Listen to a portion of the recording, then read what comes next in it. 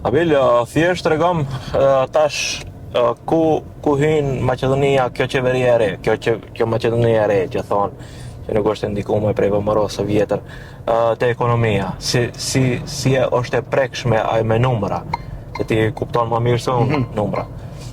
Nëse e shef historiatin e kësaj partije se VMRO-DPUNES prej marrjes qeverisë të parë me Lukço Georgievskin, të flasim me numra deri tash, më thënë e kanë favorizuar disi atë iniciativën private.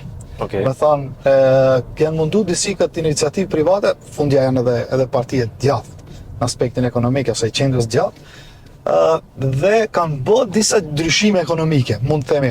Nëse u kujto kur vjen Lukço Georgievski, atëherë këtë pjesën e tranzicionit të privatizimin e egërt që cilën u bë përpara, filloi të vendoj disa kontura dhe filloi pak të shpërndate ekonomia nëse nivele tjera. Me ardhen e Gruevskit nga ana tjetër, e bëni reformën e parë shumë të madhe ekonomike e vendosi TVSH-n. Okay. Do të thonë tatimin e vlerës shtuese, që është jashtëzakonisht shumë në atë aspekt ballkanik, ndoshta ndër vendet e para të cilët kësaj Western Balkan që i thëmë, shtetet perëndimore, Ballkani perëndimore, vendosi për herë të parë TVSH-n, një regulator ose një polic i asaj ekonomie të cilët do të vendohet binare.